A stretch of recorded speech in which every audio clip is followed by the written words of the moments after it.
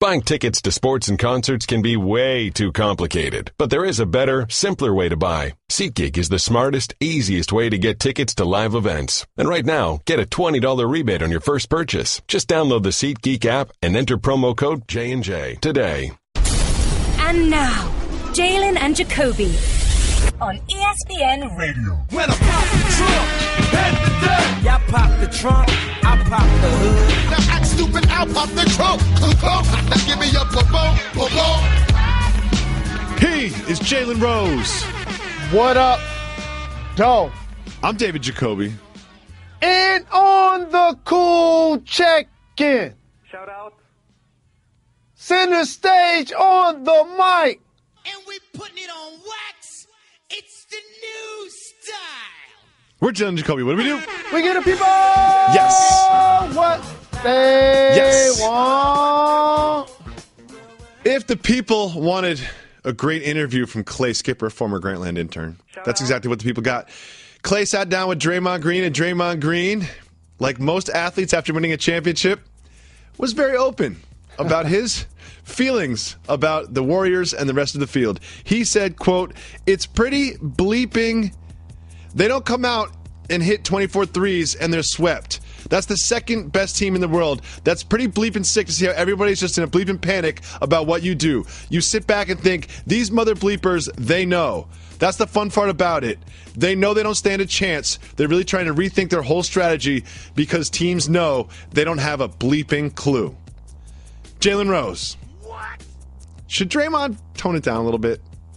Not at all. He's really confident playing on the defending world championship squad that won 73 games the previous year, then added Kevin Durant, who won Finals MVP. He has 2 chips overall. They're the only squad in the league that has 4 All-Stars, 2 MVPs, KD and Steph both under age 30, Klay Thompson, who's already acknowledged that he'll take a pay cut and do what it needs to keep this squad in tow. And so because of that and his confidence as a 6'7" player that can guard 7-footers, grab rebounds, push the fast break, be amongst the team leaders in rebounds and assists, there comes a level of confidence attributed to that. Beating the best player in the world in LeBron James, watching how the Cleveland Cavaliers have shuffled their squad and starting lineup, as well as the Boston Celtics, number 1 seeds in the other conference. I understand confidence. If I had just won a championship and I had in my practice facility Steph Curry, Kevin Durant, and the Larry O'Brien trophy, I would be very confident too. There's confidence, and then there's they know they don't stand a chance level of confidence, which might be a little bit of exaggerated level of confidence. I appreciate that he believes in his team and his teammates and his locker room, but at the same time, let's not forget that anything can happen in an NBA season. And the best team on paper, the best team that's been put together, doesn't always win the NBA championship at the end of the season. Let's also remember February 28th, 2017. The Warriors were in D.C. when Zaza had a flop-portunity, and he never lets a flop-portunity go by. He flopped his way all the way into KD's knee. And remember, for 24 hours, KD was out for the playoffs.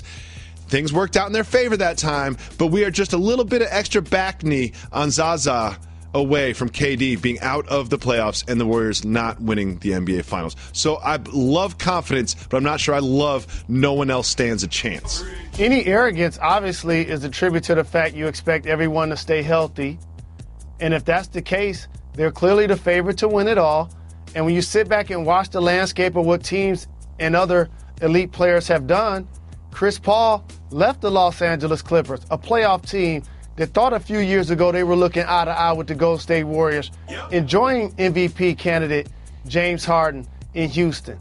Carmelo Anthony, Paul George, left being the best player in New York City and in Indiana to go to Oklahoma City, enjoying the current MVP in Russell Westbrook. So these moves are shuffling the deck to try to contain the Golden State Warriors. Michael Jordan had something to say. He did an interview with, I love this, Cigar Aficionado. And he said this about super teams, quote, "I think it's going to hurt the overall aspect of the league from a competitive standpoint. You're going to have 1 or 2 teams that are going to be great and another 28 teams that are going to be garbage, or they're going to have a tough time surviving in the business environment." Jalen Rose, We all know how salty you ex-NBA players can be about super teams and how the game has changed over the years. But does Michael Jordan know these two things? One, he was on a super team. Two, he is the owner of one of those 28 teams that he just called garbage. I think your second point is the most important one, that if he could walk back a comment that he made to what magazine? Cigar Aficionado. MJ is the GOAT. How about that? He really is. He really no is. doubt about it. Can we just pause this topic for 1 second and talk about what's really important from this interview? He said he smokes, hold up, 6 cigars a day. Jalen, 6 cigars a day. A cigar, we did research, a cigar burns anywhere from 30 minutes to 2 hours. So he's spending between 3 and 12 hours a day smoking cigars. That's too many cigars. And also, for health reasons, this is why when you're the greatest basketball player of all times, you can't follow everything he does. Mm-hmm. Because he's been a person that loved to engage in the cigars for a really long time. And all I saw him do was win 6 championships and become the all-time great basketball player that he is. Now, with that being said, when you're an owner of a team, you don't ever want to call your squad garbage, which he did. And also, as you acknowledge, when you do have Michael Jordan, you're now in a position to have a super team because he's on the squad. And all of a sudden, you get Scottie Pippen to develop into being a top 50 player. When the squad gets a little older with Horace Grant, B.J. Armstrong, Dennis Rodman. You acquire Dennis Rodman and Bison Dele, and you remix the roster with Steve Kerr and John Paxson and so many bigs that played the center spot. So I understand that level of understanding that when there's 2 great teams, and he's talking about the Cleveland Cavaliers and the Golden State Warriors, the other teams, you can basically write them off. But I disagree. There's storylines happening in Washington, of course, Toronto, Milwaukee, OKC, Houston, the Clippers, Minnesota, New Orleans, Portland. And so based on that, I think the league is as thriving, and I'm as excited about it as I've been in a long time. The problem is his squad is in the East, and they don't have a chance. That's probably the frustrating thing. I think there are a lot of players that are watching Jalen Jacoby right now. They're like, what's wrong? I smoke 6 cigars a day, too, and I'm in the NBA. It's like, guys, you're not supposed to take the tobacco out first. I like what you did there.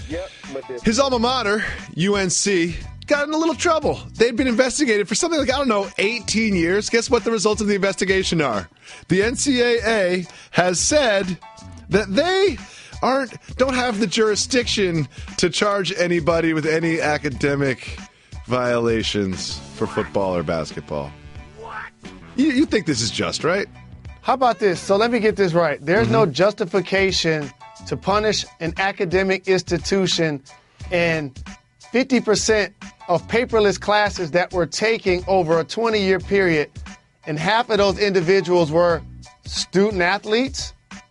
You can't punish them in any way, shape, or form. No, can't do it. I want to quote the great American philosopher, and rest in peace, Jerry the Shark Tarkanian, who once coined the phrase, and I appreciate this.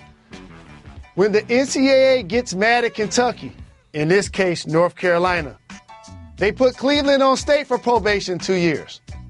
In other words, follow the money. The long institutions that have become storied in the NCAA, they'll turn the other cheek. They'll turn a blind eye.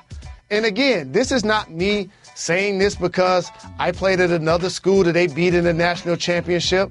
This is about fairness. And the last time I checked, you have to take the proper classes, as I did, to be eligible. So if they were playing 20 years with 50% of their athletes taking paperless classes, that would compromise their eligibility. It's just head scratching to me, but props for North Carolina. Keep getting them checked. Yeah, exactly. I'm not mad. Whatever. Fantasy sports just got a lot easier to play and win with the hottest new games by Dover.Games. No more long lineups or complicated salary caps. Create at least 3 matchups and you're good to go. Make any combination of matchups you want. Play all quarterbacks this week, receivers next week. Even make picks across multiple sports. Just pick 3 matchups to win cash prizes. Dober.games is one of the fastest, easiest ways to play daily fantasy sports. That's DOBER.games. Dober.games. Use promo code HOOPS to enter a free contest with cash prizes just for joining. You can win cash fast, easy at Dober.games. Sign up right now at Dober.games. Use promo code HOOPS to enter a free contest with cash prizes just for joining. Void where prohibited. See site for restrictions. Must be of legal age in your state or area. Fantasy sports just got a whole lot easier to play. Play big, win bigger at Dober.games. I love this segment. It's time for Socially Awkward. Well, when we found out that Kevin Durant had fake Twitter accounts where he would defend Kevin Durant, we thought that was very strange. But I did not think that that was going to be the first of many fake accounts that we would find that have been defending loved ones or themselves. The latest is the Wall Street Journal has uncovered that Roger Goodell's wife, Jane Skinner Goodell, has been tweeting under a fake account defenses of her husband. I absolutely love this, mainly because my wife would never, ever do this, and she is just riding for her man, and I really support this. Do you think it's a soft move or a boss move that she's all in the mentions defending her man? If she doesn't have a personal account, I think it's a boss move. Oh, this is a fake account. This is very much a fake account. If she has her own account and created a fake account to do this, then it's a soft move. And here's why. You know we appreciate power couples on this program. Mm-hmm. And there's nothing I appreciate more than somebody that's ride or die for their friend, their family, or their mate.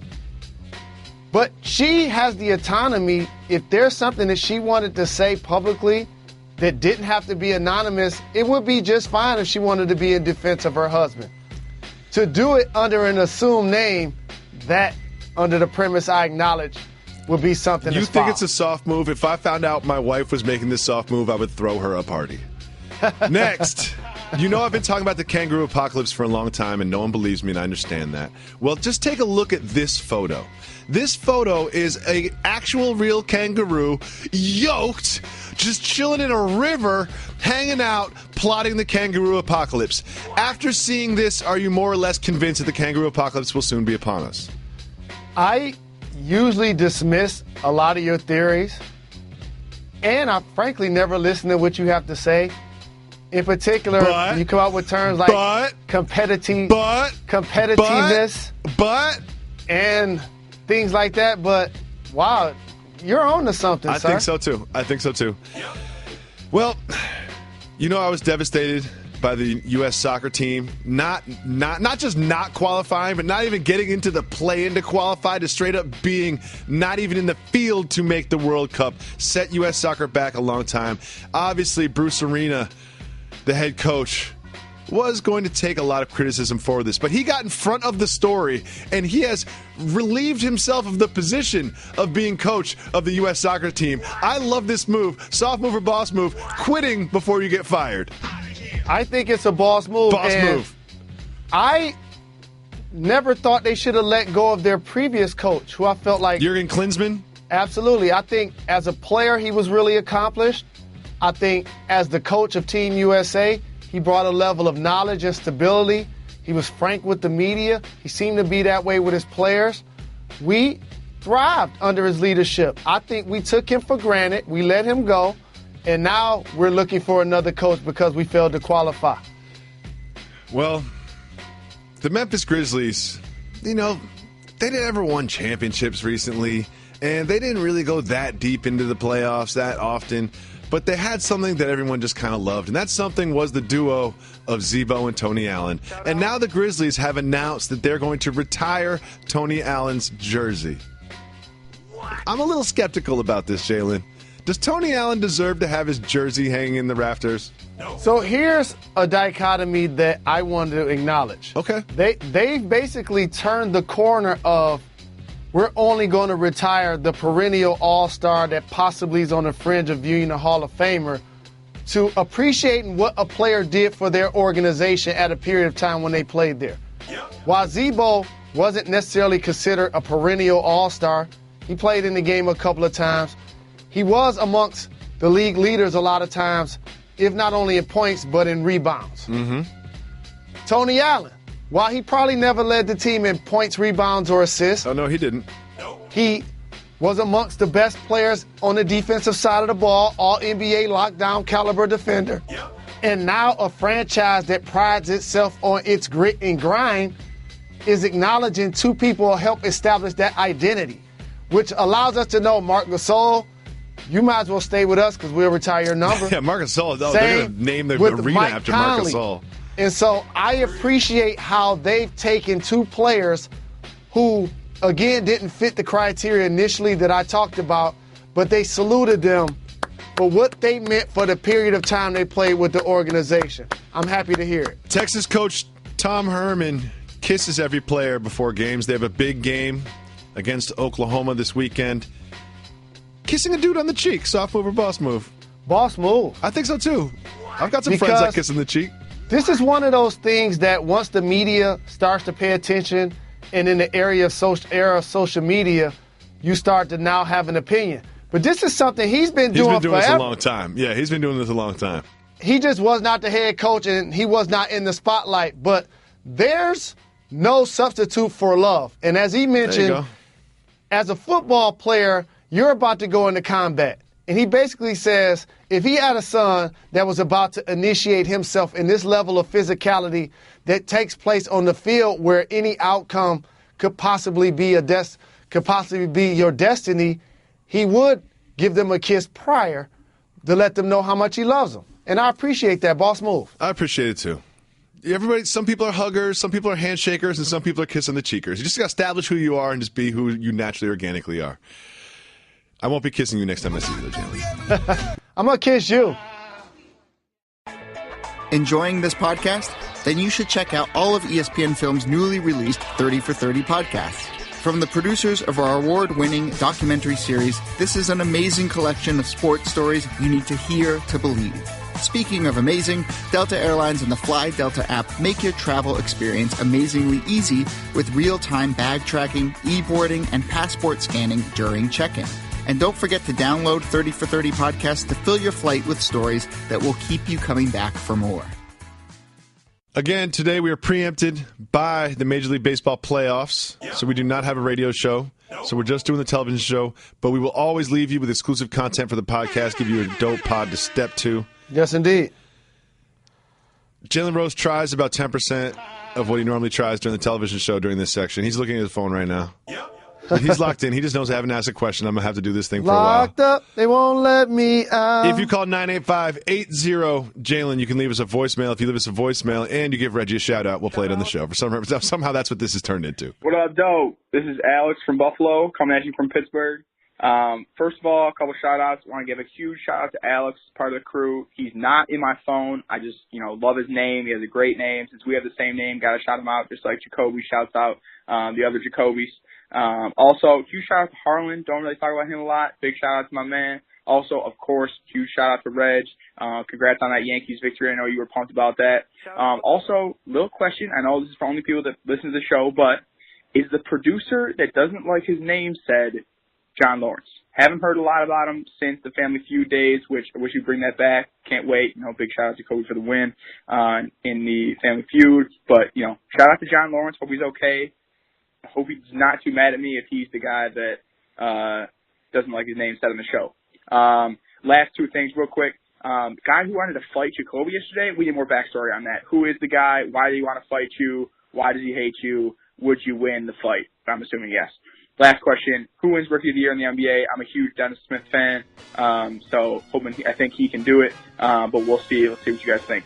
Thanks. Later. So I'm going to let you answer the first part of the call. Appreciate the support. Shout out. I'll take the second half of the call. The person that doesn't like his name called isn't John Lawrence, Carlos, Harlan, Reggie, Alex, or Curtis. It's Barron. It's Barron. And the thing is, I got to just tell y'all something. I love Barron the most. He's my favorite. He knows this. We go back since the Bristol days. Okay. Now, as it relates to the person that wanted to call and fight Jacoby, I don't know who that is, but I'm going to make a suggestion. It's Amari Stoudemire. I don't even, one thing that I do is not a good habit is I drag everything to the trash at the end of the day. I don't even know what he's referencing. And we did it yesterday. Like, it was just 24 hours ago. I have no idea what he's even referencing. Because you have a great emotional delete button. Almost like doing it on your cell phone or doing it for emails. Once you press it, it's gone forever. Gone forever. And finally, he wants to know about Rookie of the Year. It's an interesting field. I think it's an exciting field. There's many contenders, but I have my eye on Ben Simmons for Rookie of the Year. I really do. I think that he's going to get the buckets himself, and he's going to give buckets to everybody else, and he's going to fill the stat sheet. Rebounds, assists, and steals. Rebounds, assists, points, steals. So this is where I need to own this because I'm going to be asked this question a lot, and it's about time for me to get on wax about this conversation because I truly haven't. So here's what I'm going to say for Rookie of the Year because I want to make sure I take my time and say this right because when I say things, I want to make sure I'm accurate. So I'm going to not only tell you who's going to be Rookie of the Year, but I'm going to tell you who not to sleep on. And we putting it on wax. The Rookie of the Year, you ready for this? I'm ready. It won't be Ben Simmons. Okay. Do I get a drum roll or anything after these names? It won't be Ben Simmons. Drum roll, that's not how drum rolls work, but continue. It won't be Lonzo Ball. Okay. They won't finish in the top 3. Okay. I'm going to tell you 3, 2, 1 as it relates to Rookie of the Year. Okay. Number 3, he plays in Charlotte. His name is Malik Monk. Ooh. Okay. Rookies on teams that aren't that great are always good candidates. Yep. Number 2 is going to be Donovan Mitchell of Utah. Oh, he played great a couple nights ago. I watched him against the Lakers. What? This is what I do for a living. Number 1, Dennis Smith Jr. of the Dallas Mavericks. Really? Dennis Smith Jr. That's how it's going to play out. I'm putting it on wax. I'm owning this. No Darren Fox. No Jason Tatum. So here's Josh Jackson. Okay, Josh Jackson's family from Detroit. But he plays on a team that will be in the lottery, just like Ben Simmons. But the difference is he's not going to immediately come in and be able to take 15 to 20 shots a night. Ben Simmons will have the opportunity to take 15, 20 shots a night, but he's not much of a shooter. Yeah, he's just going to pass those shots up. Yeah. Lonzo Ball could take 15 to 20 shots a night, but he's a pass-first performer. Jason Tatum could take 15 to 20 shots per night, but he plays on a team that's going to be the number 1 seed in the Eastern Conference. So the guys I just mentioned are going to be amongst their team's leaders in scoring and shot attempts and minutes. And based on that, that's going to be my top 3 in that order for this year's Rookie of the Year. Thanks so much for the call, Alex. Multifaceted call. Huge shout to one of the architects of this program, one of our brothers, John Lawrence. The Law. What up, Doe? Next, we're going over to Twitter. This is from Laugh Now. Your Uber driver continuously runs red lights, but you arrive early at your destination. Do you give him a good or a bad rating? Well, that's a 5 stars. I'll give you 6 stars. I'll give you one of those compliments that I've never given any Uber driver before if he runs red lights for me. Gives me a lot of life lessons, and I appreciate my brother on and off wax. Whenever there's a compliment, you know what's coming next. He was the one that showed me that I need to do a better job of rating Uber drivers because initially I was not doing it. Yep. I rarely do it myself, to be honest. And so unless they have an accident or they're talking to me the entire time, I give them 5 stars. What if they cause an accident that you're not involved in? That doesn't bother me. Non-fatal. We'll call it non-fatal. But here's two things. They cause a fender bender, but they're not involved. You just drive away. If you're driving and you cause a fender bender, do you keep it moving? As the person who drives himself very limited, and sometimes I'm running late, so I will go 3rd or 4th lane. Mm-hmm. I will run red lights. Ooh. I will go to the far right lane to make a strong left turn. I know that move.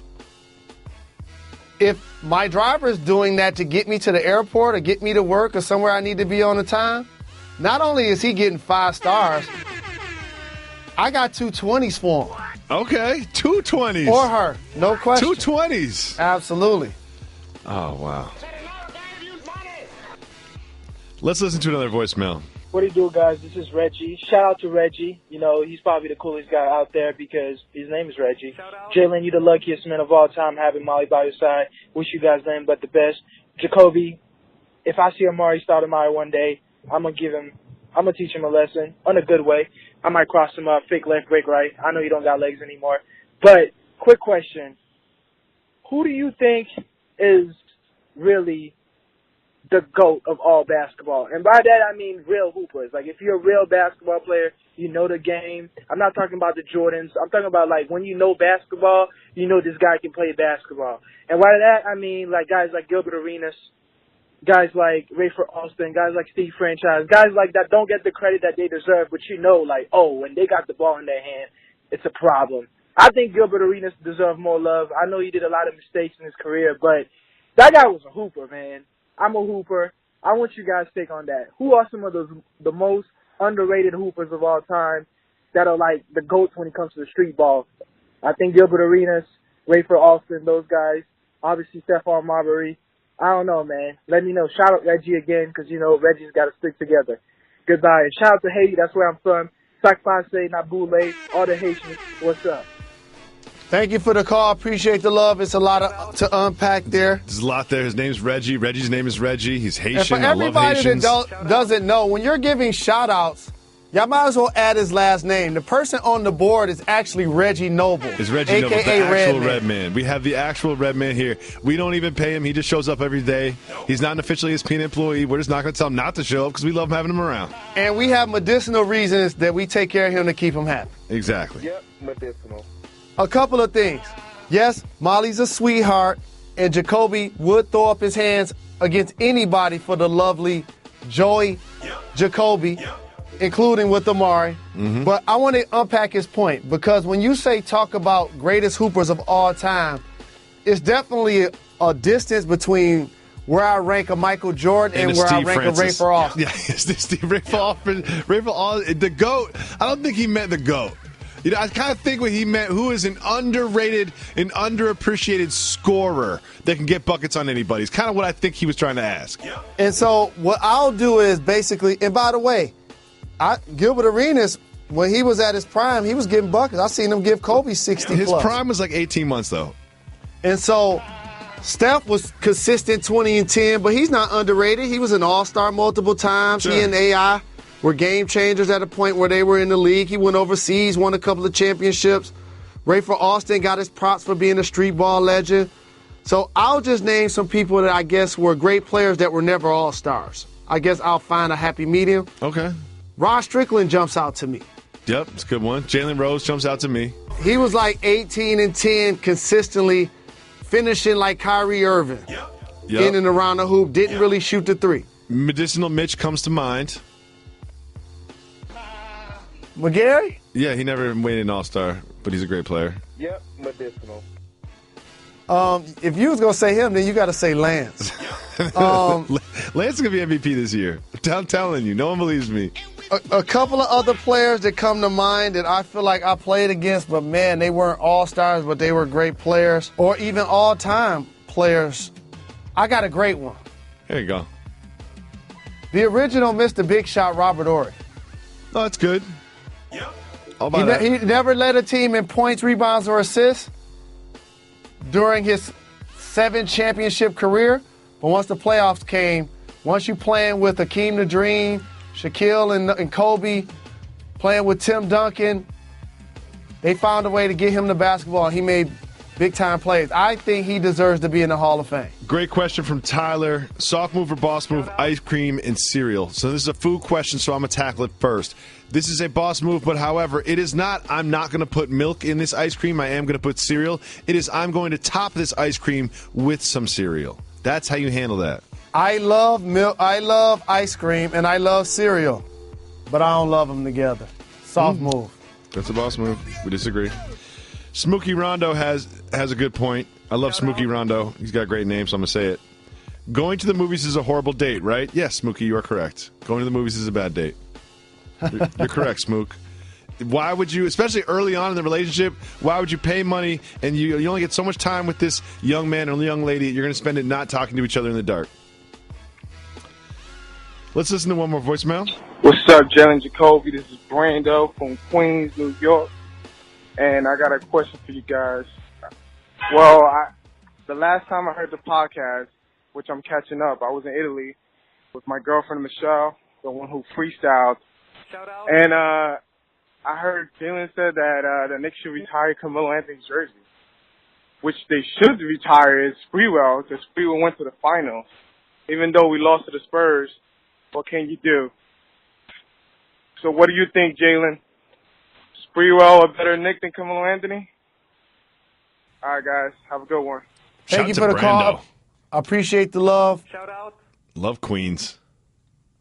If I had to acknowledge who did more at their height to contribute to winning for the New York Knickerbockers, the Trail Sprewell does have to get the edge. But don't you think that Allen Houston did more for the winning than for the Charles Sprewell, especially on that team? They were a duo. And as somebody that needed to face them, Reggie and I, playing against those guys, those are some of my personal favorite nights to perform going against those guys, because both of those guys will get you 20, 25. And don't underestimate, Spree also had an impact culturally with the cornrows and the growl that he performed with. Mm-hmm. And so under that circumstance, playing with Patrick Ewing clearly would have to get the edge to Spree. Oh, I'm going Allen Houston. He didn't say Allen Houston. I know. I'm saying I would say that Allen Houston would probably did more and should probably be recognized before Latrell Sprewell. That's all that I'm saying. Let's listen to another voicemail. What up, dope? It's your boy Matt Blair out of Fort Lauderdale. Long time listener to the podcast. Appreciate y'all intro. I'll be jamming it all the time. All of your ad-libs I use in daily life. Not going to be able to do it. Anyways, I was just listening to the podcast on the way to work. And you guys were talking about the name Jerome. Funny thing, I stumbled upon this one day about 2-3 months ago. Jerry Seinfeld, his real name is Jerome. That blew my mind. But I do got a question for you guys. In the East, other than the Boston Celtics and the Cleveland Cavaliers, what are the other teams to watch for? Because I'm looking at the West and it's stacked, and I feel like watching the East is going to be a waste of my time. Let me know what you guys think. Keep giving them checks. Keep giving the people what they want. Got to give the people what they want. Shout out Reg. Shout out Alex. Shout out Harlan. Shout out Carlos. Shout out to the whole staff. And shout out to you guys for giving the people what they want. Thanks. Peace. One of my favorite callers. Really? No doubt. I love knowledgeable individuals that call the program, support the program, shout out the entire staff, and have knowledgeable questions that they want to get answered. That's great. One of my favorite callers. Well, I like that he pointed out the fact that Jerry Seinfeld's name is Jerome. Because I made the point that while Jerome is not a cultural name, you won't see a lot of people with my complexion running around calling themselves Jerome. Yep, you did. They turned into Jerry really quickly, and Jerry Seinfeld was one of them. If Jerry Seinfeld went as Jerome Seinfeld, would his career be drastically different? No. I don't think so either, but it's just something worth considering. No. He's just a talented individual. All right. We always give the people what they want. We're going to go back to our Twitter feed. Here's a question for Florin. Florin says, would you rather have a full-grown beard without hair up top or full-grown hair but can't grow facial hair? Well, this is an easy one. We know where Jalen stands on this one. Well, first off, I can't grow a beard at all. Nope. Even if I wanted to. I don't know if it's because I have so many bumps and blemishes on my face growing up that it just gave up. Not everybody can do it. Steph can't do it either. I don't know why I can't.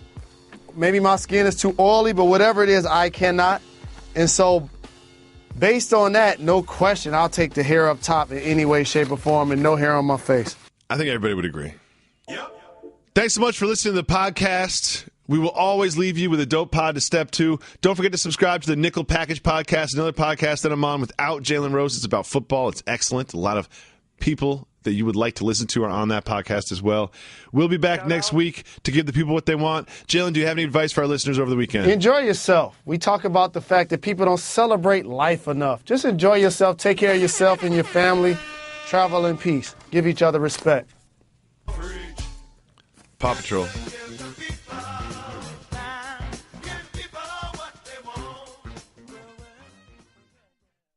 I just saved hundreds of dollars by switching to Geico. I've never felt more alive. Disclaimer. Geico cannot guarantee you will feel more alive. You either possess functioning respiratory and circulatory systems, or you do not, or you are a zombie. If you are indeed a brain-starved zombie and you would like to save money on car insurance, the Geico legal team applauds your excellent life choices. Even